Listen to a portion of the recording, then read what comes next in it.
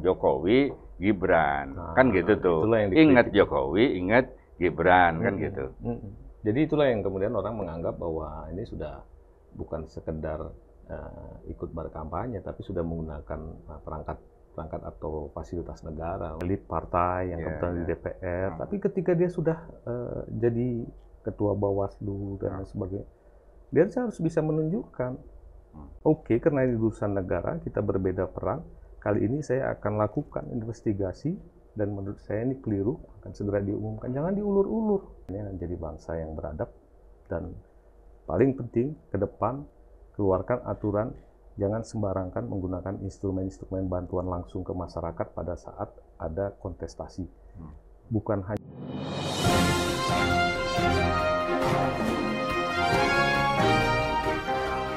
Jumpa lagi di Ruang Publik bersama DDM.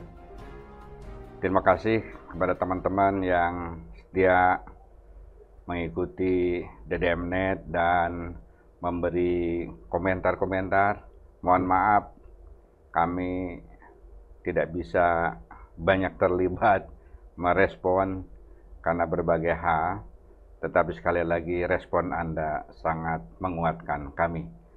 Sekarang saya mengundang Alamsyah Saraghi sebagai pengamat kebijakan publik. Apa kabar, Bos? baik, Kang. Nah, kemarin soal debat nih, ternyata tidak sesuai dengan dugaan kita. Dugaan kita, wah ini puncaknya nih, ini pasti bakal lebih ramai gitu daripada sebelumnya. Gimmick-gimmicknya dan lain substansinya dan lain sebagainya.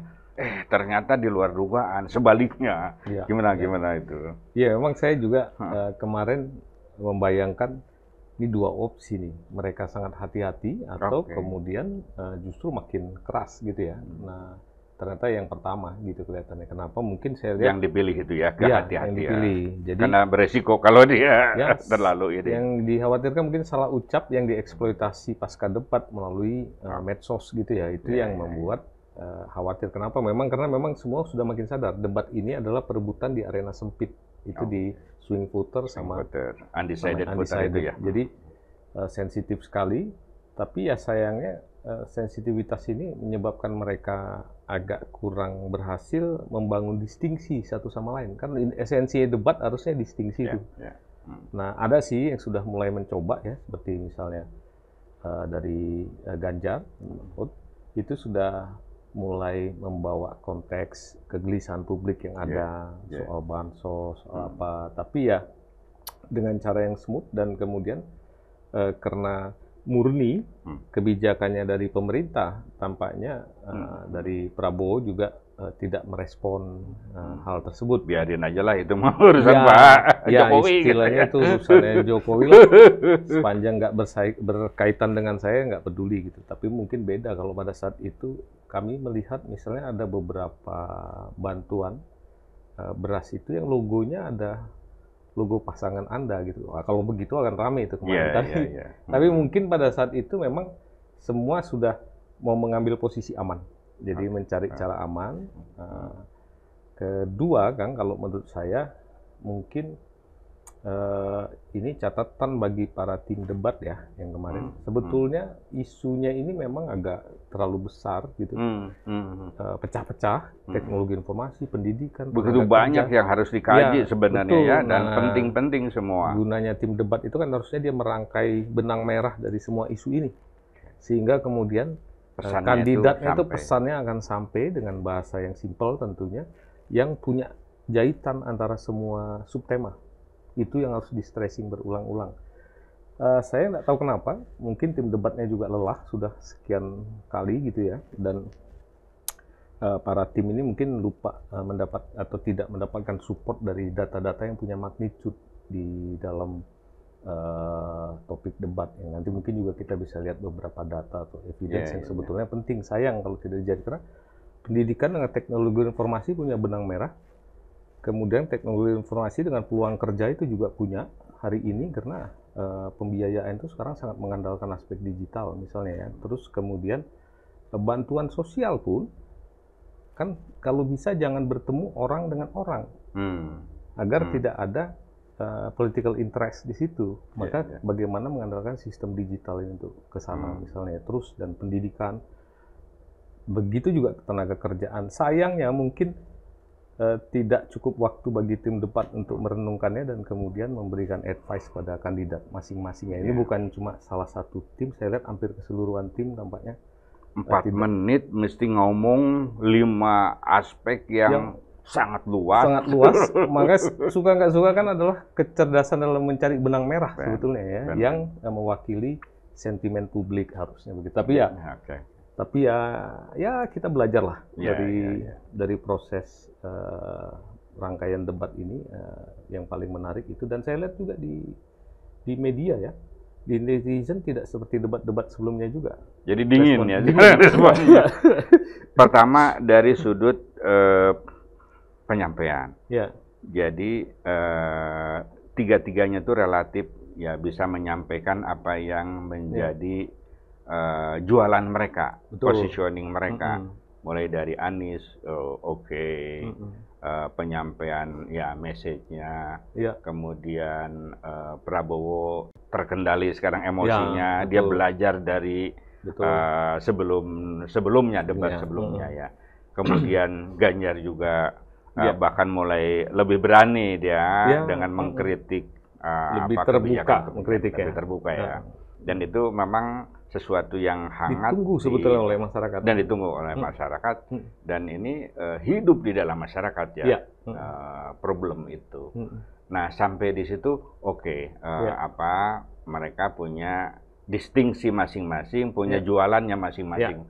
Prabowo kan selalu bicara pokoknya makan siang gratis. Terus itu yang dijual.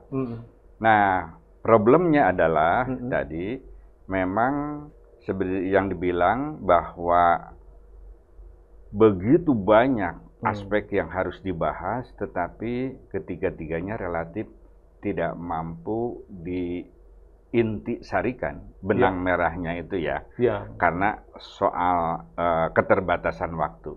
Tetapi sebenarnya meskipun keterbatasan waktu kan ada bagaimana orang ngomong yang jelimet menjadi sederhana. Bagaimana ngomong yang begitu membutuhkan waktu banyak tapi bisa dipersingkat jadi 4 menit. Kena intinya. Dan kena intinya.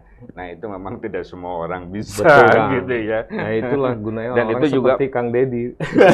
Tim itu ya, tim ahli dan ini memang tampaknya ada agenda yang harus dipertimbangkan nanti ke depan itu. Betul. Jadi ya saya sih lihat mungkin banyak pasti tim mereka udah pertimbangkan dan kita nggak tahu apakah juga punya asumsi menyimpan energi untuk andai kata terjadi putaran kedua gitu kan. Banyak hal yang jadi pertimbangan mereka yang terus terang kita sendiri belum pernah mendengar sehingga kita tidak tahu ya apa dasar dari mereka. Tapi ya mudah-mudahan lah menurut saya dari secara keseluruhan dibandingkan tahun-tahun sebelumnya masih lebih baik perhatian publik terhadap debat kali ini jauh lebih baik menurut saya ketimbang dulu yang melihat debat itu hanya sekedar tontonan untuk saling serang di level publik. Sekarang orang sudah mulai mengkritik KPU bagaimana memperbaiki ke depan gitu. Kelihatannya para peserta yang di belakang itu, para pendukung relatif lebih lebih wise gitu ya. Biasanya kan teriak-teriakannya itu sangat mengganggu sekali. Betul. Kemarin tuh relatif mungkin ada lebih santun. Ada masukan dari KPU juga kepada rakyat supaya menjaga satu. Kedua juga mungkin mereka juga betul-betul merasa ini sudah kesempatan terakhir, kita jangan memberikan efek negatif kepada kandidat kita. Jadi semua menjaga. Saya yakin kehati-hatian semua. Jadi sebenarnya kita bilang kelima ini yang kita harapkan tadinya jadi ultimate debat gitu ya, distingsi makin clear, yang terjadi justru anti klimaks. Tapi ya nggak apa-apa, ini pelajaran bagi kita semua. Tapi dari aspek isi konten yang menarik kelihatannya yang perlu dielaborasi ini sekarang di sini itu soal bansos kan gitu. Itu menarik nih terutama dari sudut pandang paslon nomor 1 dan nomor 3 gitu. Jadi ada yang menyampaikan ini kan orientasinya, paradigmanya itu seperti apa? Apakah orientasinya itu kebutuhan berdasarkan apa yang dibutuhkan oleh si penerima bantuan, atau orientasinya dari kebutuhan si pemberi, kan gitu. Itu menarik gitu. Iya, saya lihat jadi dari kubu satu kan menyatakan bahwa bansos itu harus didudukkan sebagai kepentingan dari penerima, bukan kepentingan dari pemberi. Sebaliknya malah kalau dari 03 ya, Pak Ganjar itu jelas-jelas memberikan satu standing point. Bagi kami, bansos itu adalah instrumen untuk keadilan sosial, bukan bantuan sosial, karena itu hak dari masyarakat yang terpinggirkan. Gitu ya. Jadi, tapi tampaknya Pak Prabowo tidak mau masuk dalam polemik itu, karena bagi Pak Prabowo mungkin dianggap bahwa itu urusan kalian dan Pak Jokowi lah, bukan urusan saya. Dan kalau masuk di situ bahaya. Bahaya. Nanti saya nggak kebayang kalau serangan akan berlanjut. Dia tidak komen. Iya, jadi saya bilang juga kayaknya dia mau ngambil sisi aman deh gitu ya, karena juga mungkin pada saat kritiknya Pak Ganjar tidak langsung tajam, misalnya menyatakan di media beredar bantuan-bantuan sosial dengan logo atau dengan gambar. Ya kan ada dua yang berkembang sekarang itu. Bantuan itu pertama ada gambar presiden, jadi bahwa ini dari presiden, satu. Yang kedua, ada ditemukan bantuan itu dengan gambar kandidat gitu. Kandidat 02 lah kita sebut. 02 gitu ya. Sudah ada, nah benarnya macam apa kita harusnya kan diperiksa. Ya, ada lagi yang ketiga. Jadi itu langsung presiden ngasih bantuan di depan istana ke masyarakat. Ya. Ini seperti Pak Lurah atau Pak Kades gitu. Pak Lurah dan Pak Kades kayaknya malah enggak begitu. Mereka akan minta ya, justru perangkatnya untuk mengantarkan langsung. RT RW mengantarkan biasanya begitu, atau ke titik pembagian. Kemarin itu coba PKL duduk di tempat bansos yang ada di istana itu, kalau nggak diangkut mereka. Jadi kan menurut saya itu sebetulnya kan kritik ya, dan bahwa ketika ada mesin administrasi untuk bansos ini, gunakan mesin administrasi, jangan ditunjukkan seperti itu, bahkan presiden dan menteri gitu, diekspos. Lagi-lagi ini persoalan keteladanan aja Kang, dan kepentingan ya. Jadi ini mengkapitalisasi bantuan ini, pertama bahwa presiden itu concern dengan orang-orang kecil, kan gitu. Yang kedua mau menandaskan bahwa saya yang ngasih bantuan itu. Ya itu, jadi ingat kan, loh. Ada titling di situ kan, jadi kan gitu. Untuk apa kan akhirnya? Karena kan presiden. Jadi nanti kan asosiasi nih, presiden Jokowi lalu punya anak. Jokowi Gibran, kan gitu tuh. Ingat Jokowi, ingat Gibran, kan gitu. Jadi itulah yang kemudian orang menganggap bahwa ini sudah bukan sekedar ikut berkampanye, tapi sudah menggunakan perangkat atau fasilitas negara untuk melakukan kampanye untuk mendukung salah satu calon. Tidak elok lah. Nggak elok, itu yang menyebabkan perguruan tinggi semua juga kan kemarin teriak ya, walaupun sempat direspon. Nah, sebelum ke perguruan tinggi, itu satu kan tadi langsung membagikan kan ke masyarakat di depan istana. Yang kedua itu bantuan itu dikasih label bantuan presiden. Nah itu benar nggak Pak? Dulu kan kita waktu reformasi itu salah satu yang kita tidak suka tuh istilah banpres, bantuan presiden. Oke, presiden itu memang adalah kepala negara gitu ya. Tapi ya kenapa tidak kita sebut aja bantuan dari pemerintah, orang dia kepala pemerintahan tertinggi. Karena kalau bicara bantuan presiden itu sama dengan bantuan Jokowi. Karena presiden itu ada dua posisi, satu jabatan dia sebagai jabatan negara, tapi juga jabatan politik. Jadi kenapa harus dipilih yang punya esensi politiknya? Kita kan ingat ya zaman Orde Baru dulu, kalau mau pemilu banpres beredar kemana-mana gitu. Dan itu yang harus artinya di era waktu itu reformasi yang Salah satu perjuangan untuk dikikis gitu ya. Sekarang Kang, dihidupkan kembali. Kedua, Kang, mungkin saya juga mohon ini ya kepada para intelektual yang mengerti. Bansos ini kan salah satu instrumen dari social security, perlindungan sosial yang safety net itu. Yang di sejarahnya itu dimulai oleh seorang kanselir di Jerman, gitu, namanya Otto von Bismarck, tahun 1871, Kang. Tua sekali sebetulnya. Sudah bikin program. Iya, dia menggagas sebuah namanya negara kesejahteraan, yang walaupun oleh Steinberg, ahli sejarah ya, menyatakan bahwa sebetulnya negara kesejahteraannya Bismarck itu, Otto von Bismarck itu, adalah bentuk penyuapan kepada rakyat agar tidak mau memilih partai sosial demokrat di sana. Walaupun menurut saya berlebihan. Kenapa dia bilang begitu? Dengan adanya social security yang berupa misalnya satu pensiunan bagi tenaga kerja yang udah jaminan pensiun, kemudian asuransi kesehatan dan ketenaga kerjaan yang di backup oleh negara pada saat itu, dan beberapa lagi anggaran free untuk pendidikan ditanggung oleh negara yang kemudian jadi cikal bakal negara kesejahteraan. Itu saja masih dianggap sebagai bentuk suap. Karena kan pada saat itu parlementer mereka. Ini kayaknya karena Otto ini terkenal tidak suka dengan kiri maupun yang liberal, ini kayaknya dipakai untuk menghantam partai kiri agar para pemilih partai-partai sosial demokrat itu kemudian beralih. Tapi itu masih lebih beradab menurut saya. Kenapa? Karena pada saat itu juga parlemen itu menerapkan bahwa mau melakukan seperti itu, tapi siapapun warga negara yang diberi bantuan dengan alasan kemiskinan oleh negara, dia tidak boleh ikut pemilu. Artinya kan ada kesadaran dari mereka bahwa Anda boleh populis, tapi batas-batas tertentu ketika memberikan bantuan secara langsung dengan alasan ini orang miskin, ya kayak kita bansos ini lah kan dasarnya. Hanya boleh diberikan, tapi mereka tidak boleh ikut pemilu. Tujuannya apa? Supaya tidak mempengaruhi pemilihan. Itu klasik sekali, 1871.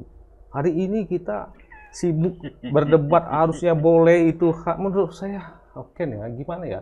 Ini pengetahuan yang sudah tua, tidak kita kuasai kemana aja gitu ya, para policy maker ini. Kemudian yang kedua, negara-negara lain mengatakan bahwa ya kami berprinsip misalnya bahwa semua orang berhak dong, punya hak politik untuk ikut memilih. Kalau begitu, bantuan-bantuan yang sifatnya langsung itu ditunda, tidak boleh ada pada saat sekian waktu dalam karena masa pemilu. Disalahgunakan. Karena dia berpotensi disalahgunakan. Itu sekian abad yang lalu mereka sudah mencegah. Hari ini kok kita petantang-petenteng. Ya. Jadi menurut saya ngeri ya. Saya melihat kan pendiri negara ini kan menginginkan salah satu tujuan dibentuk negara untuk mencerdaskan kehidupan bangsa. Salah satu parameter kecerdasan hidup bangsa itu adalah kehidupan bernegara, kecerdasan bernegara.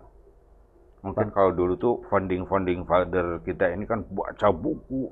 Ya, sampai luar biasa kan mereka. Betul, itu kan gitu ya. Coba kita dengar UI kemarin kan statementnya Prof. Tuti itu bahwa Mr. Supomo, perancang konstitusi kita, mengingatkan agar Indonesia bisa mengembalikan kejayaan Sriwijaya yang mengandalkan ilmu pengetahuan untuk kesejahteraan.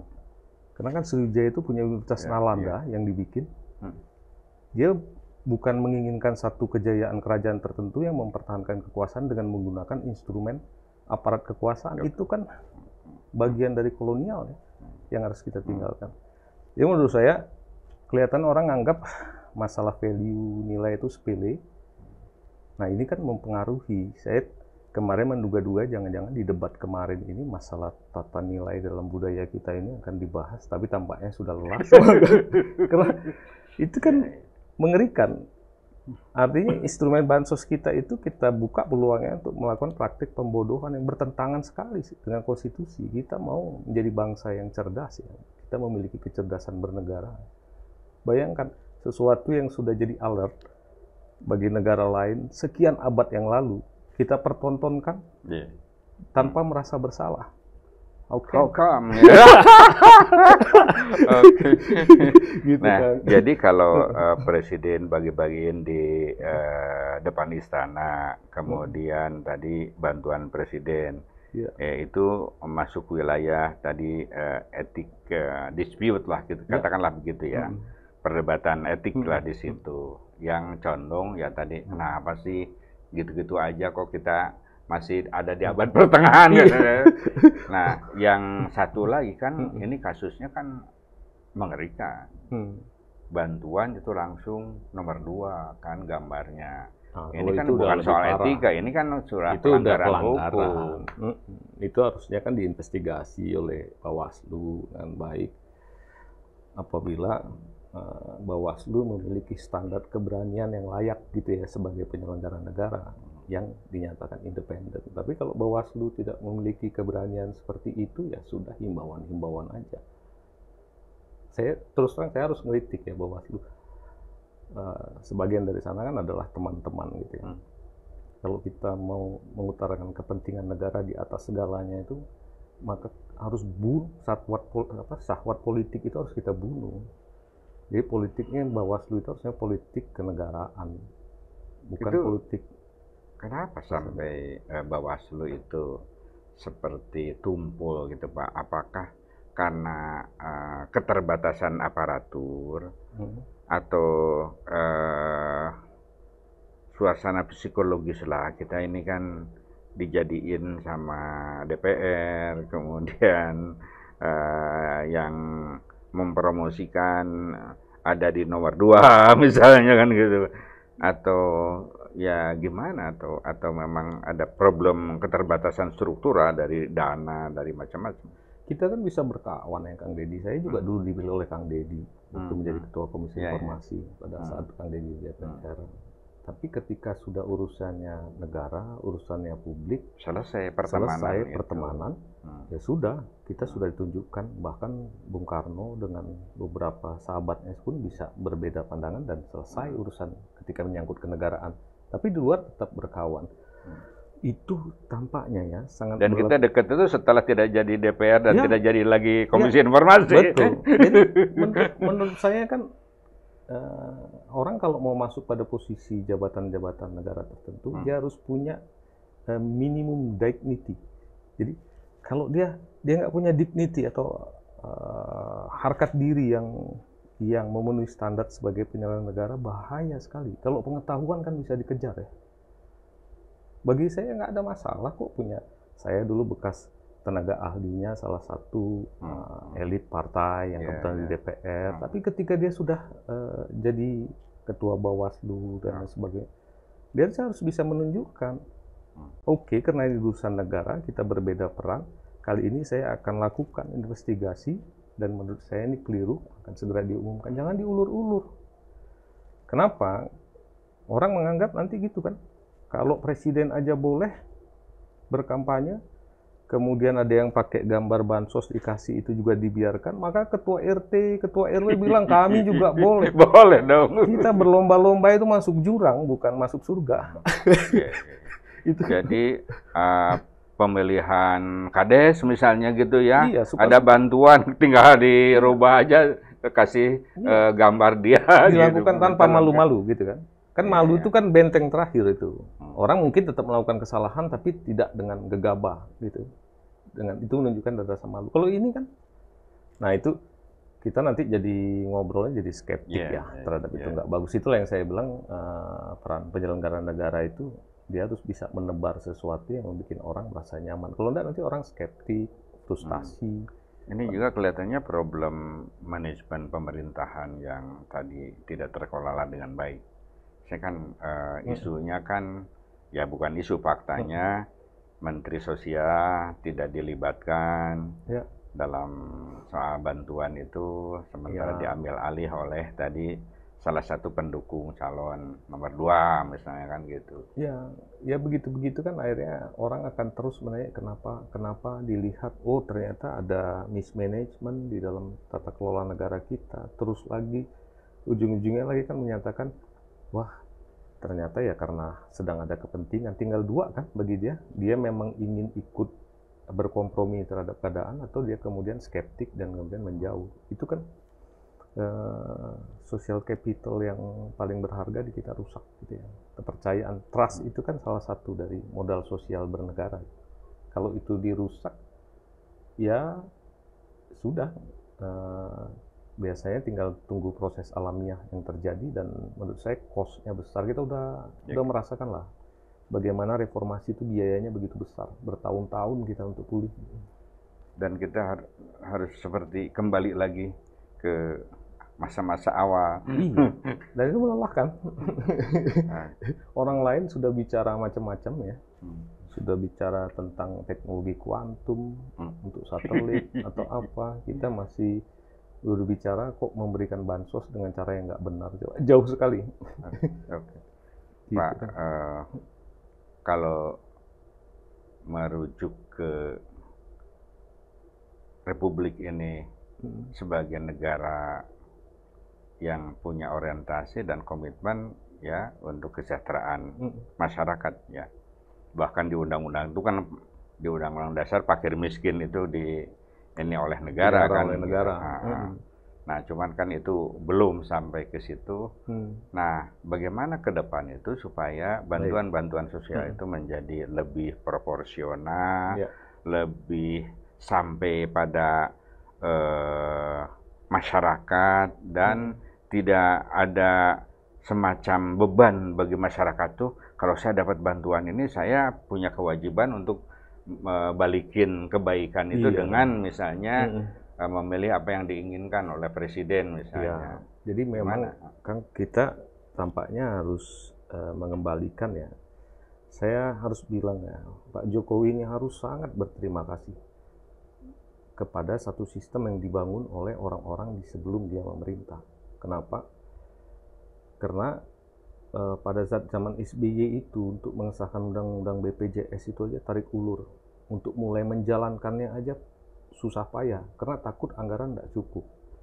Tapi akhirnya dijalankan juga BPJS, kesehatan ya terutama, anggaran dimasuk dan masyarakat yang tidak mampu dapat namanya penerimaan bantuan iuran dari BPJS. Itu cita-cita konstitusional kita. Jadi kalau orang miskin itu tetap bisa menikmati support jaminan kesehatan, sehingga mereka tenang. Jadi kalau dulu kalau sakit itu bangkrut kan, PKL itu sekali sakit dia harus pinjam dari saudaranya, kurang ngutang, bangkrut. Itu mencemaskan sekali. Hari ini orang relatif lebih tenang. Itu salah satu yang menyebabkan approval rate-nya tinggi. Siapa? Ya harus berterima kasih ke siapa? Berterima kasih sama orang yang sangat ngotot memperjuangkan itu. Jadi jangan besar kepala juga kita ya. Nah, yang kedua adalah ada kredit-kredit mikro yang bukan untuk ekonomi sebetulnya, tapi untuk mengelola kerentanan risiko dari masyarakat itu. Yang dulu jumlahnya kecil, diinisiasi dulu oleh Pak Adi Sasono, mulai jadi PNM. Itu kan bukan eranya Pak Jokowi, sebelumnya gitu ya. Kemudian tumbuh, ada dana bergulir dari program World Bank, dikonsolidasi ke satu institusi di bawah Kemenkop, terus kemudian ditaruh ke satu BUMN yang namanya perusahaan permodalan madani nasional. Itu kan dibentuk udah lama kan, dan hari ini sudah 14,8 juta ibu-ibu tuh yang pinjaman cuma 1,2, 1,3. Sudah jalan itu ya? Jalan kan. Cuma tinggal dikuatkan aja. Ya, dan itu udah makin besar. Itu juga yang menyebabkan mereka relatif tenang sekarang. Bukan bantuan-bantuan beras itu. Gitu. Nah, kalau bantuan beras ini kan, itu merusak secara psikologis kalau caranya tidak tepat. Message-nya berbeda. Memang setelah social security yang begini beres, ada yang namanya bantuan yang memang untuk insidentil kayak COVID, mau tidak mau kita harus pasok beras dan lain sebagainya. Lah kalau bansos yang sekarang ini, kemarin dibilang karena ada El Nino, sekarang kan sudah selesai El Nino. Selesai. Untuk apa lagi? Biarkanlah skema bantuan pangan tunai yang biasa, tidak usah diganggu-ganggu dengan buka lapak di depan istana gitu ya. Menurut saya biar dia sistem administrasinya berjalan, dibantu. Itu hanya bisa kalau ada insiden di sana. Kedua, ya hindarkan momentum politik tertentu. Angka kemiskinan kita turun. Kok bansos kita dinaikkan? Insiden apa yang terjadi? Nggak ada. Jadi menurut saya sih ingin mengingatkan bahwa hati-hati. Sejak reformasi itu keberhasilan kita membangun menghilangkan kerentanan di masyarakat itu adalah kerja lintas masa pemerintahan dan kerja keras beberapa ahli yang mendedikasikan pemikirannya agar satu institusi berdiri gitu. Bukan karena gaya-gaya koboi dari satu masa pemerintahan tertentu yang dianggap hebat bisa menyelesaikan semua. Enggak. Cara menghormatinya adalah jangan merusak. Itu kira-kira. Kalau perlu perbaiki dan bikin lebih sempurna. Sorry Kang, kalau saya agak Oke, ngerti. Keras. Jadi memang ini harus keras karena ini kan menyangkut kepentingan banyak orang yang kemudian dalam tanda petik diselewengkan untuk kepentingan subjektif satu kelompok, gitu kan. Yang menurut saya remeh-temeh lah ya. Untuk siapapun jadi presiden kan udah dijamin oleh konstitusi bisa. Kita akan memilih siapa yang dipilih oleh rakyat, kita akan setujui. Tapi jangan kemudian merusak instalasi negara untuk begitu. Terlalu murah pilpres itu kalau kita mau merusak satu struktur bernegara. Oke, Pak. Pesan untuk audiens. Ya, saya berharap dari bincang-bincang kita seperti ini, mudah-mudahan kita semakin sadar bahwa politik itu bagian yang juga konstitusional, maka dia juga harus patuh dalam batasan-batasan konstitusional. Salah satu yang tidak boleh diabaikan adalah etika bernegara. Karena kemampuan satu elit untuk mematuhi etika bernegara itu adalah parameter paling tinggi dari kecerdasan bernegara kita. Maka kami berharap berhentilah ahli-ahli hukum yang sibuk membela dengan alasan hukum segala macam yang sok positivistik itu. Jangan membela kebodohan yang sudah dihindari oleh banyak bangsa berabad-abad yang lalu ya, yang kita lakukan hari ini. Karena saya yakin bahwa pemirsa semua juga menginginkan kita ini menjadi bangsa yang beradab, dan paling penting ke depan keluarkan aturan, jangan sembarangan menggunakan instrumen-instrumen bantuan langsung ke masyarakat pada saat ada kontestasi. Bukan hanya pemilu kali ini, pilpres kali ini, kita masih ada serangkaian pilkada nanti ke depan. Dan kepada penyelenggara, Bawaslu, Anda harus bersikap tegas dan keras, tidak boleh berkompromi karena Anda itu adalah salah satu benteng konstitusi dalam proses election. Mudah-mudahan kita bisa maju menjadi negara yang lebih baik. Oke, Anda semakin keras aja sekarang. Itulah bincang-bincang saya dengan Alamsyah Saragih. Sampai jumpa.